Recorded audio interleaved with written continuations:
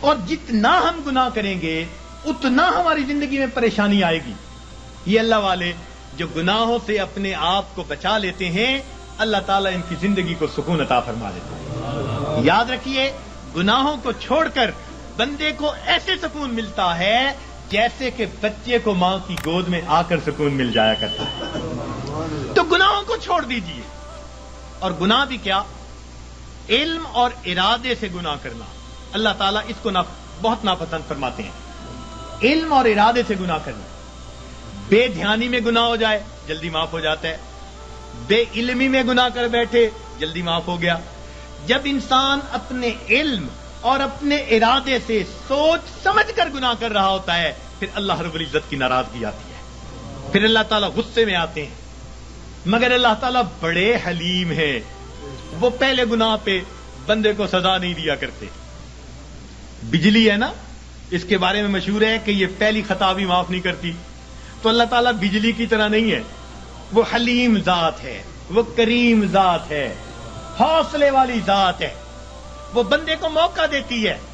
لیکن جب گناہ کرتے کرتے تاکہ بندہ جاگے، اور جب نہیں جاگتا تو اللہ تعالیٰ پریشانیاں بھیجتے ہیں.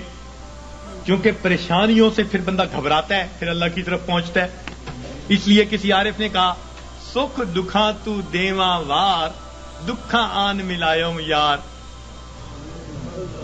سکھ دکھاں تو دیواں وار کہ دکھاں آن ملائم یار. خوشیاں سلاتی ہیں اور غم جگاتے ہیں. تو اللہ تعالیٰ پھر غم بھیجتے ہیں. بیماری بھیج دی، پریشانی بھیج دی، ناکامی بھیج دی. پھر پریشان ہوتے ہیں تو جو اچھے جو ہے لوگ ہوتے ہیں وہ اس وقت پھر رب کی طرف آتے ہیں کہ ہمیں جگانے کے لیے یہ بات آئی. پھر وہ نمازیں بھی پڑھ رہے ہوں گے، تہجد بھی پڑھ رہے ہوں گے، اوراد و وظائف بھی کر رہے ہوں گے. وہ سمجھ رہے ہوں گے کہ اللہ تعالیٰ ہمیں اپنے گھر کی طرف بلانا چاہتے ہیں. پاک ہے وہ پروردگار جو اپنے بندوں کو پریشانیوں اور مصیبتوں کی زنجیروں میں باندھ کر اپنے در کی طرف بلا رہا ہوتا ہے.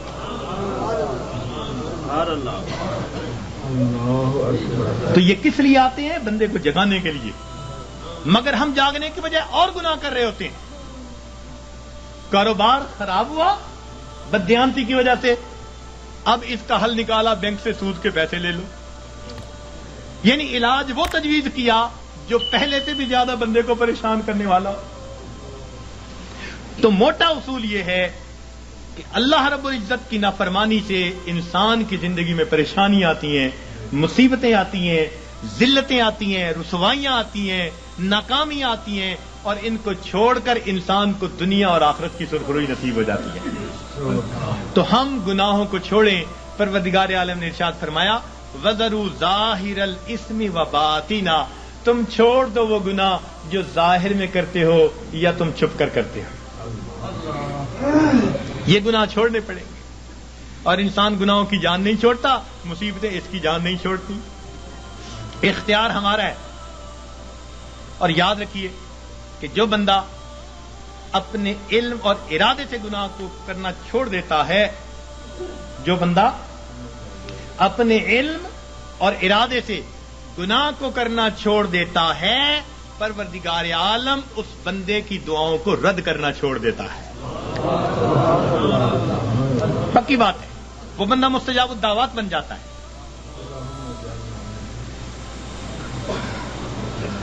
جو بندہ اپنے علم اور ارادے سے گناہ کرنا چھوڑ دیتا ہے، پروردگار عالم اس بندے کی دعاؤں کو رد کرنا چھوڑ دیتا ہے. پوچھتے ہیں حضرت اسم اعظم بتاؤ، اس سے بڑا اسم اعظم اور کیا ہے؟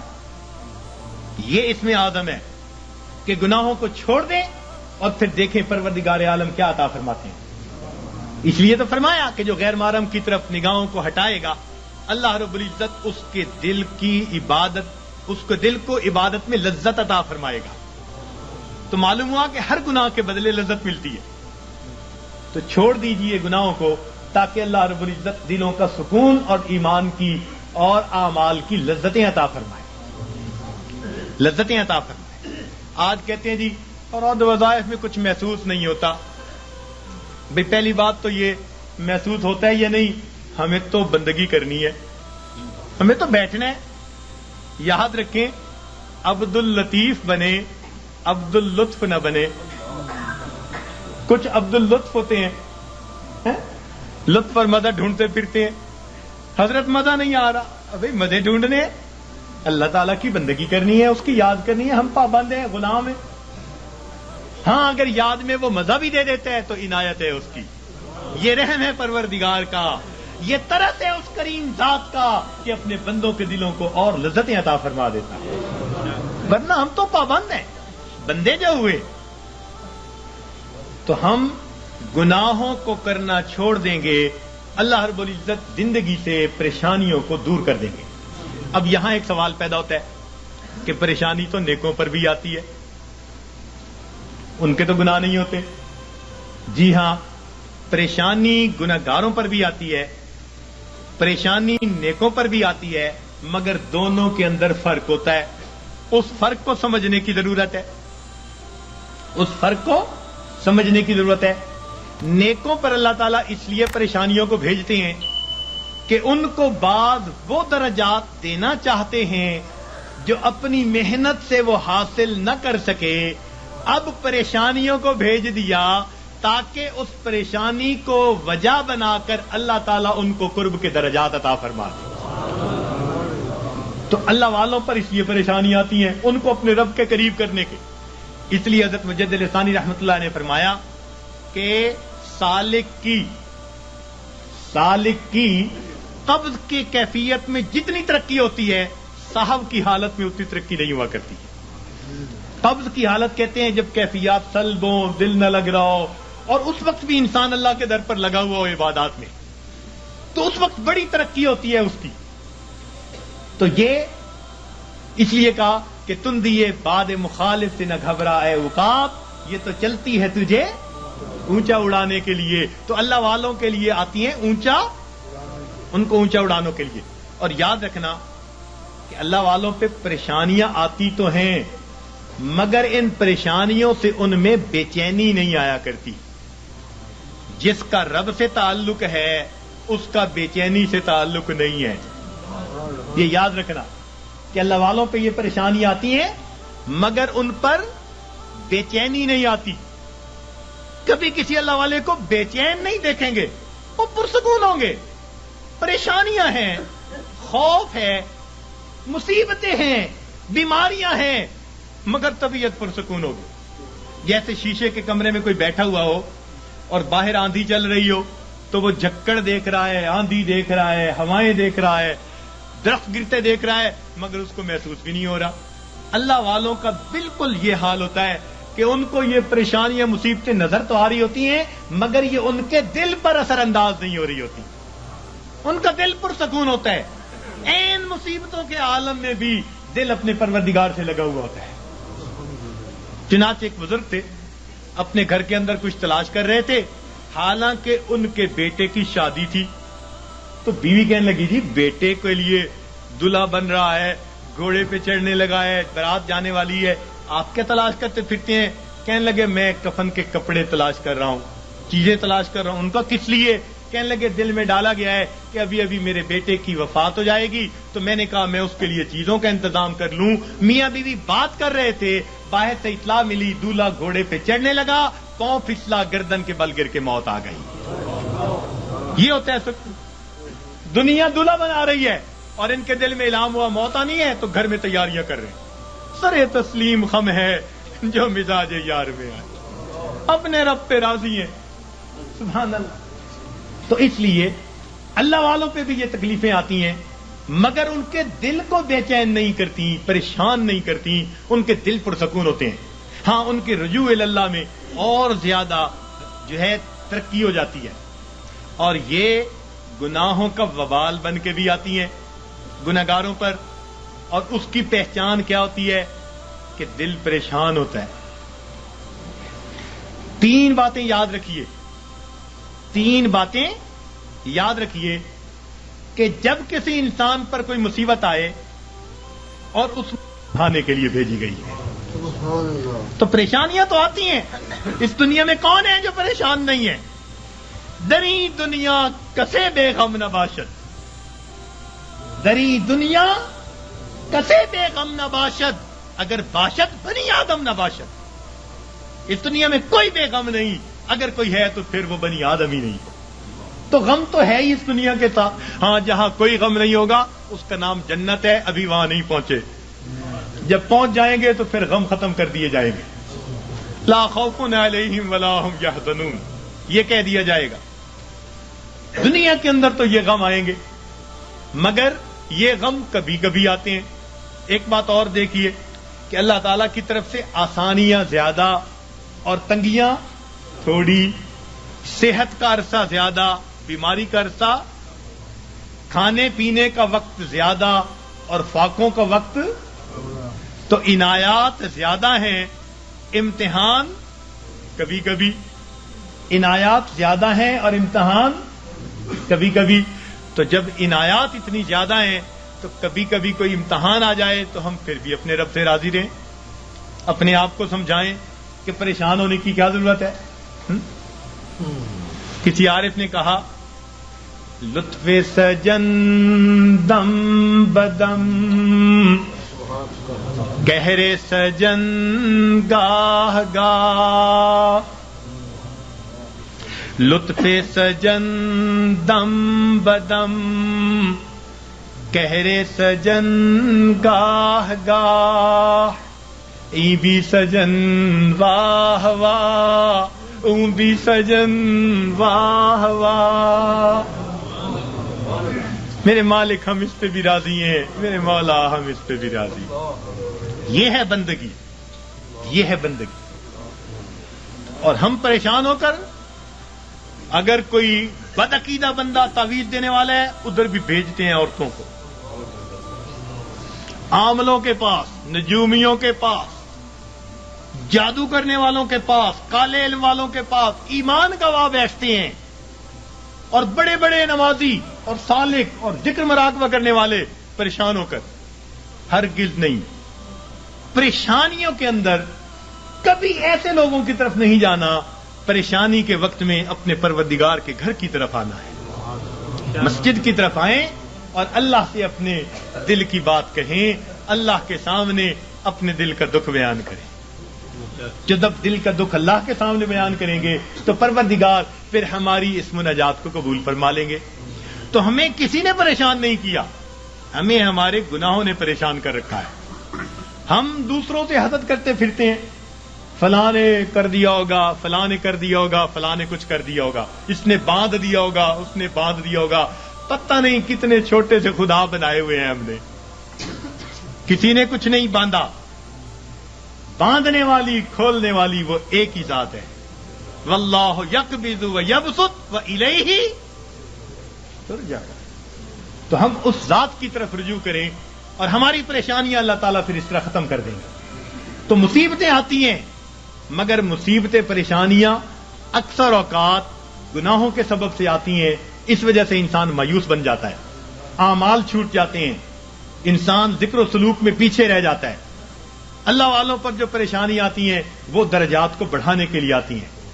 اب یہ ایک بنیادی بات سمجھنے کے بعد یہ بات ذہن میں رکھیے کہ جب کسی بندے کو جگایا جائے اور وہ پھر بھی نہ جاگے تو پھر غصہ آتا ہے۔ گھر میں بھی ماں بچے کو جگائے، باپ بیٹے کو جگائے اور وہ نہ جاگے تو غصہ آتا ہے۔ جب اللہ تعالیٰ بندوں پر پریشانیاں بھیجتے ہیں اور وہ پھر نہیں جاگتے، یہ اللہ تعالیٰ کے غصے کا سبب بنتا ہے، اور پھر اللہ تعالیٰ اس کو دنیا کے اندر عبرت بناتے ہیں۔ فرماتے ہیں اولا یرون انہم یفتنون فی کل عام مرتن او مرتین ثم لا یتوبون ولا هم یذکرون۔ کیا یہ نہیں دیکھتے ہر سال میں ایک دفعہ یا دو دفعہ ان پر مصیبتیں بھیجی جاتی ہیں، پھر بھی توبہ نہیں کرتے، پھر بھی نصیحت نہیں حاصل کرتے۔ تو جب انسان جگانے کے باوجود نہیں جاگتا تو پھر اللہ تعالیٰ اپنے عذاب کا کوڑا بھیجتے ہیں۔ جب انسان گناہوں میں گھر جاتا ہے پھر اللہ تعالیٰ اس پر ہاتھ ڈالتے ہیں، پھر اس کو جہنم کی آگ میں بھیجتے ہیں۔ اس لیے فرمایا بلا من کسب سیئۃ، کیوں نہیں جس نے گناہ کیا، وَأَحَاطَتْ بِهِ خَطِیئَتُهُ، اور اس کی گناہوں نے اس کا احاطہ کر لیا، فَأُولَٰئِكَ أَصْحَابُ النَّارِ فِيهَا خَالِدُونَ، یہ ہیں آگ میں بھیجے جانے والے، ڈالے جانے والے، جو ہمیشہ ہمیشہ وہاں رہیں گے کہ گناہوں نے اس کا احاطہ کر لیا۔ تو کبھی کبھی گناہ بندے کو گھیر لیتے ہیں، جھوٹ کی زندگی، جھوٹ کی زندگی۔ اب غلط تعلق ہے کہیں، بندے بندے کے سامنے جھوٹ بول رہا ہے، پردے ڈالتا پھر رہا ہے، اس کے سامنے جھوٹ، اس کے سامنے جھوٹ، اس کے سامنے جھوٹ۔ حدیث پاک کا مفہوم کہ بندہ جھوٹ بولتے بولتے اتنا جھوٹ بولتا ہے، اللہ تعالیٰ فرشتوں کے ذریعے نام اعمال میں کذاب لکھوا دیتے ہیں، جھوٹوں کے دفتر میں نام لکھا جاتا۔ چھپاتے پھرتے ہیں بندوں سے، پروردگار سے تھوڑا چھپا سکیں گے ان باتوں کو۔ تو کبھی کبھی انسان اپنی بری عادات کو نہیں چھوڑتا اور گناہوں کے اندر گھر جاتا ہے ان کو چھپانے کی خاطر، اور یہی چیز اس کے لیے مصیبت بن جاتی ہے۔ پھر ذکر میں ترقی کیسی، سلوک میں آگے بڑھنا کیسا؟ اب کبھی کبھی اوراد وظائف کر رہے ہیں، ساتھ کبیرہ کبھی مرتکب ہو رہے ہیں۔ یہ تو ایسا ہی ہوا جیسے گولیاں بھی کھا رہے ہیں اور ساتھ ساتھ زکام کے ہوتے ہوئے برف والا پانی بھی پیتے پھر رہے ہیں، تو زکام کیسے دور ہوگا؟ اسی لیے ذکر و سلوک میں آنے کے لیے پہلا قدم یہ ہے کہ انسان اپنے گناہوں سے سچی توبہ کر لے۔ یہ پہلا قدم ہے، یہ پہلا قدم ہم اٹھا لیں، پھر دیکھیے یہ تھوڑی دیر کا مراقبہ ہمارے لیے معلوم نہیں کتنی برکتوں کا باعث بن جائے گا۔ ہم جو کہتے ہیں نا ہوتا کچھ نہیں، ہمارے مشائخ بڑی اللہ، ان حضرات نے اپنے مشائخ جن کی خدمت میں ہم نے اپنا وقت گزارا، ہم نے ان کی توجہات کو دیکھا۔ میرے دوستو، میرے مہربانوں، ہمیں تو جو ملا اپنے مشائخ کی توجہ سے ملا، اپنا عمل کچھ نہیں، اپنی محنت کچھ نہیں۔ 100% اگر کہیں کہ ان کی توجہات سے ملا تو ہم مسجد میں بیٹھ کر بھی سچ بولنے والے ہوں گے، ان کی توجہ سے ملا۔ اور ہم تو ویسے بھی فضلی ہیں کہ ہمارا تعلق ماشاءاللہ خانقاہ فضلیہ سے، تو ظاہر میں بھی فضلی ہیں اور سچی بات ہے ویسے بھی فضلی ہیں۔ جو ہوا ہے اللہ کا فضل ہی ہوا ہے، اور اب بھی یہاں سے اللہ کا فضل مانگنے ہی آئے بیٹھے ہیں، اللہ کا فضل مانگنے ہی آئے بیٹھے ہیں۔ تو اس لیے جب ہم گناہوں کو چھوڑ دیں گے، خود بخود اوراد و وظائف کی توجہات کے جو اثرات ہوں گے وہ دل کے اوپر آنے شروع ہو جائیں گے۔ ہمارے حضرت خواجہ احمد سعید قریشی رحمۃ اللہ علیہ، احمد الشرقیہ والے، ان کے حالات زندگی میں حضرت سید وار حسین شاہ رحمۃ اللہ علیہ نے یہ واقعہ لکھا، فرمایا کہ وہ کبھی کبھی پورے شہر کے لوگوں کو توجہ دیتے تھے اور فرماتے تھے کہ بعض دلوں سے فیض ٹکرا کر واپس آتا اور مجھے آواز آتی کہ ہمارے لیے اس دل میں کوئی جگہ نہیں ہے، ہمارے لیے اس دل میں کوئی جگہ نہیں ہے۔ تو جب دل پہ گناہوں کی میل ہی اتنی چڑھی ہوئی ہو، پھر توجہات کیا اثر کریں گی؟ تو اس میل کو اتاریں گناہوں کو چھوڑ کر، سچی توبہ کر کے، پھر دیکھیے اللہ رب العزت کی رحمت کیسے ہمارے دلوں کو سنوارے گی اور کیسے ہمارے دلوں کو بنائے گی۔ اور کبھی کبھی تو انسان مال، ہاں ایک نکتے کی بات عرض کرتا چلوں کہ شیطان انسان کو دو طرح سے ورغلاتا ہے، شیطان انسان کو دو طرح سے ورغلاتا ہے، ایک شہوات کے ذریعے سے اور دوسرا شبہات کے ذریعے سے۔ شیطان انسان کو دو طرح سے ورغلاتا ہے، ایک شہوات کے ذریعے سے اور دوسرا شبہات کے ذریعے سے۔ یعنی کچھ تو ایسے ہوں گے کہ وہ شہوات کے گناہوں میں لگے ہوئے ہیں، بد نظری میں، گناہ میں، زنا میں، فلاں میں، یہ شہوات کے گناہ ہیں جو مال سے تعلق رکھتے ہیں یا جمال سے تعلق رکھتے ہیں۔ دنیا میں دو ہی چیزوں کے اسیر ہیں نا، کچھ مال کے اسیر ہوں گے، کچھ جمال کے اسیر ہوں گے۔ تو شہوات کے ذریعے سے شیطان بہکاتا ہے، اور جن پر شہوات غالب نہیں آتی، قابو میں رہتے ہیں، ان کو شبہات کے ذریعے سے بہکاتا ہے۔ مثلا جی یہ مراقبہ سنت سے ثابت ہے، جی یہ بیعت واقعی ضروری ہے، جی یہ پیری مریدی اس وقت بھی تھی، اس قسم کی باتیں شبہات والی دین میں ڈالے گا۔ اور یہ شک ایسی بری بلا ہے کہ یہ انسان کے اعمال کی بنیاد کو ہلا کے رکھ دیتی ہے. اس لیے قرآن پاک میں ابتدا سے ہی کہہ دیا ذالک الکتاب لا ریب فیہ ھدی للمتقین. ھدی للمتقین بعد میں کہا، پہلے کیا کہا؟ کیونکہ شک کے ساتھ پڑھو گے تو پھر ہدایت نہیں ملے گی.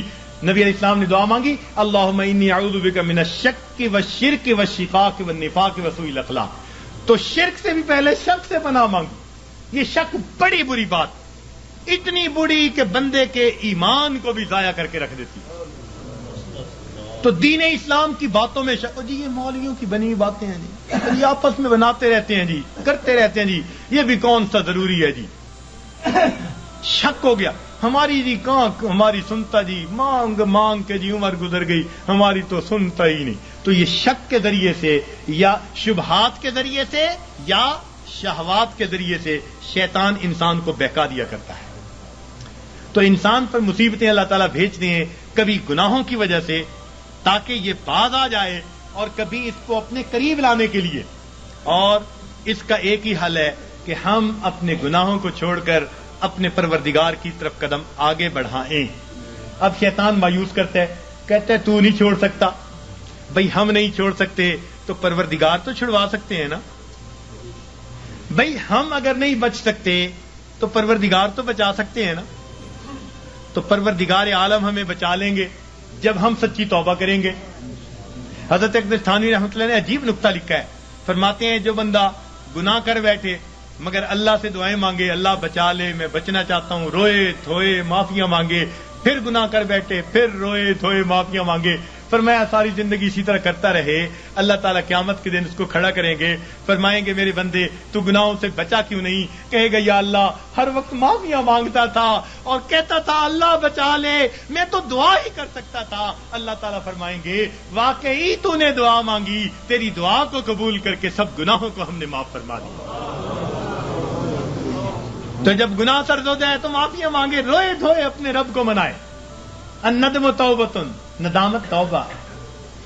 تو دل میں نادم ہو اور اپنے رب کو منانے کی کوشش کرے، اسی وقت دیر نہ کرے.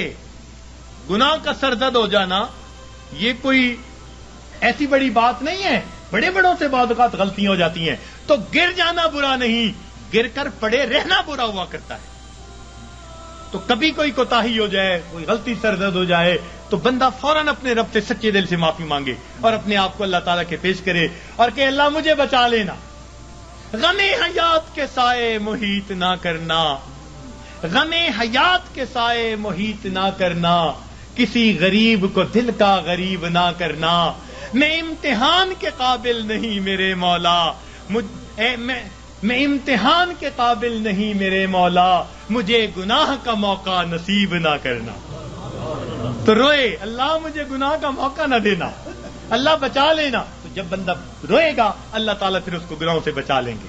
راوے بصری اللہ کی نیک بندی بڑی پیاری دعا مانگتی تھی، کہتی تھی اے اللہ جو آسمان کو زمین پر گرنے سے روکے ہوئے ہے، اللہ شیطان کو مجھ پر مسلط ہونے سے روک دے.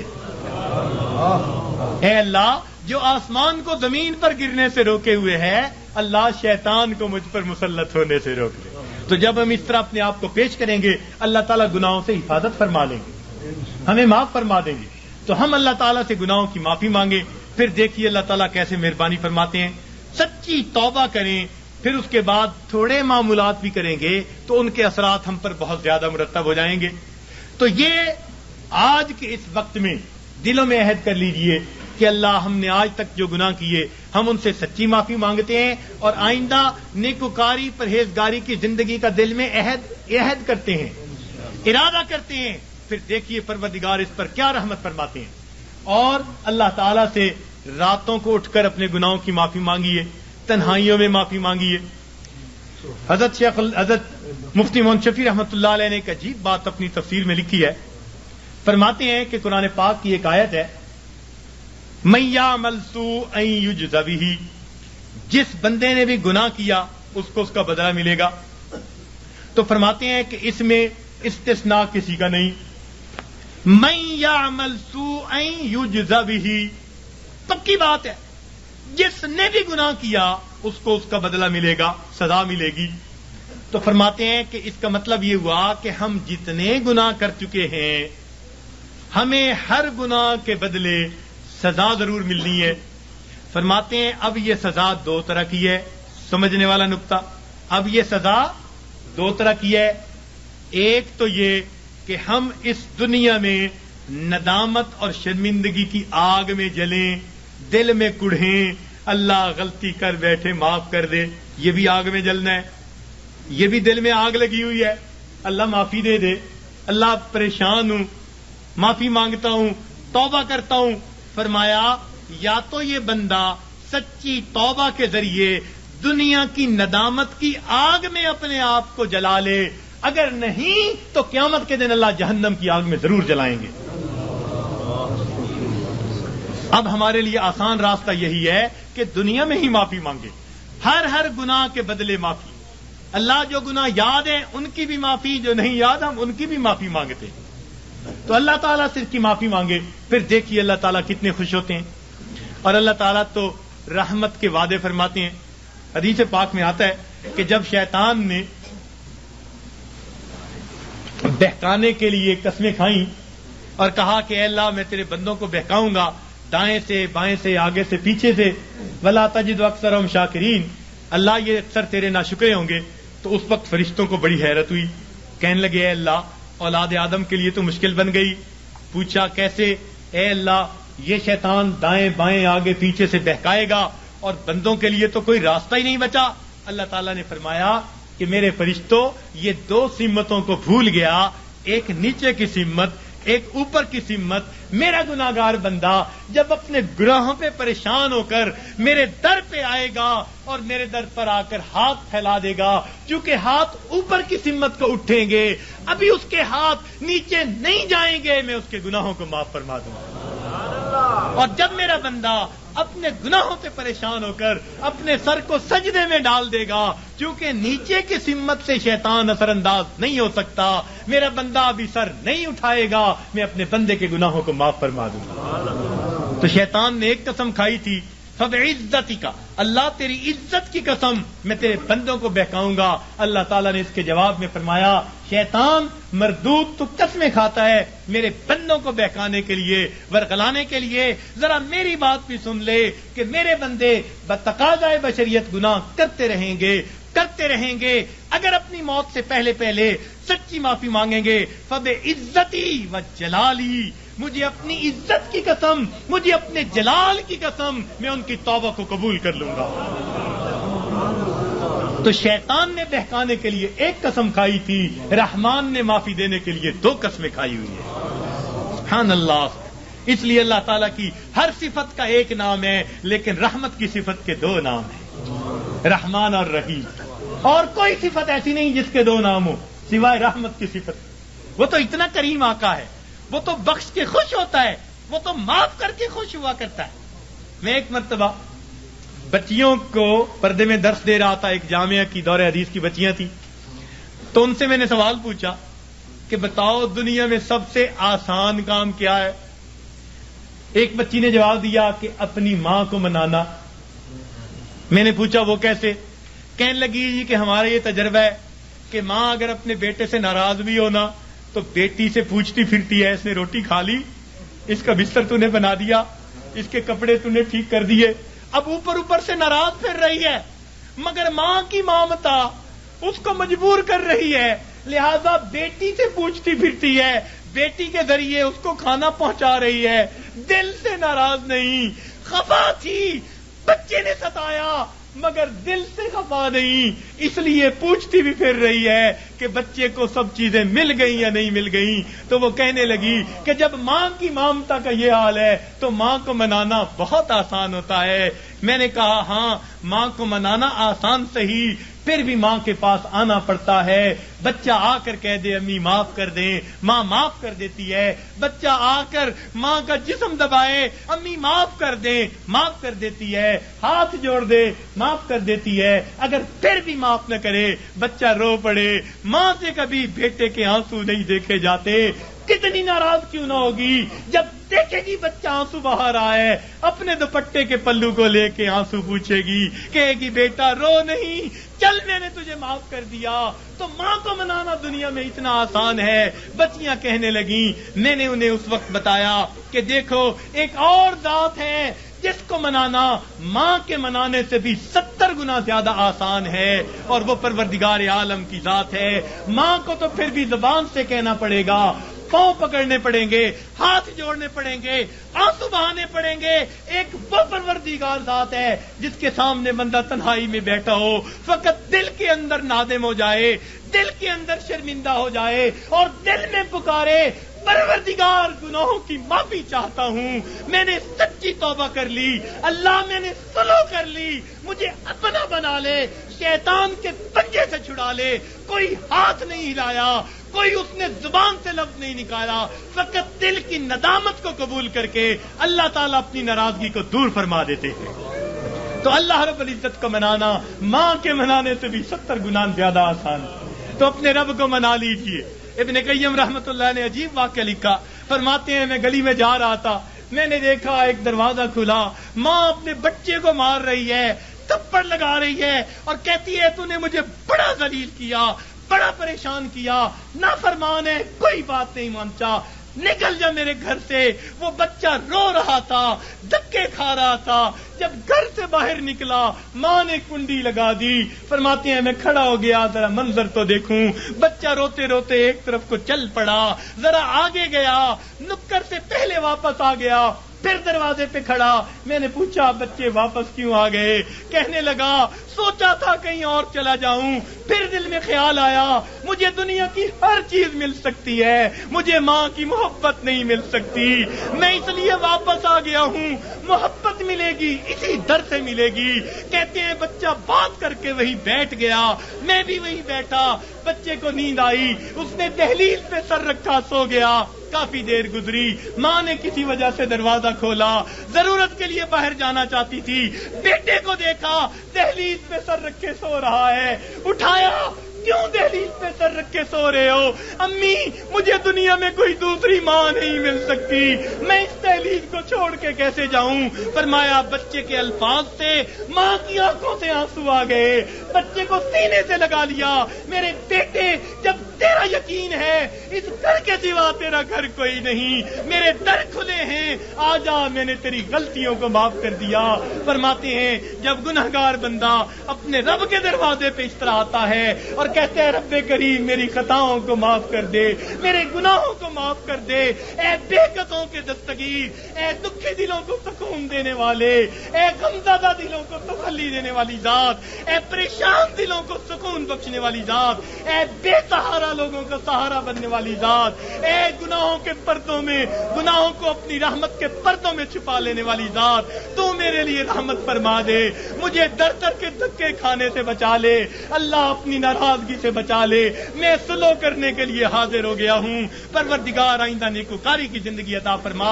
تو جب بندہ اس طرح پیش کر دیتا ہے اللہ رب العزت اس بندے کی توبہ کو قبول کر لیتے ہیں۔ اللہ تعالی ہمیں سچی توبہ کرنے کی اور توبہ کر کے یہاں سے اٹھنے کی توفیق عطا فرما دے۔ وآخر دعوانا ان الحمد للہ رب العالمین۔